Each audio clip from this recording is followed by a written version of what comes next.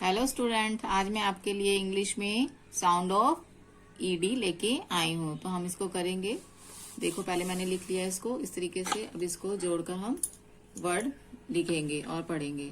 जैसे कि लिखा हुआ है यहाँ पे आर, लिखेंगे यहाँ पे आर, प्लस का साइन नहीं लगाना। ई डी, क्या बन गया? R E D, red.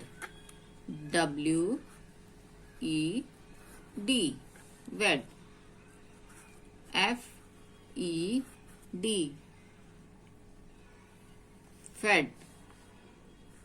B E D, bed. T E D, Ted. L E D, led. S H E D, shed. S L E D, slayed.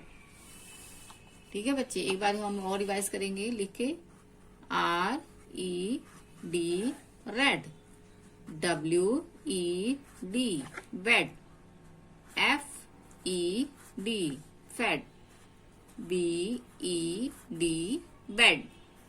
T E D, Ted. L E D, led. S H E D, shed. S L E D, sled. ठीक है बच्चे, इस तरीके से आपको इन sound को learn करना है।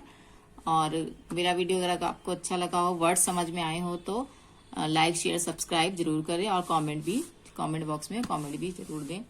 Thank you, bye bye.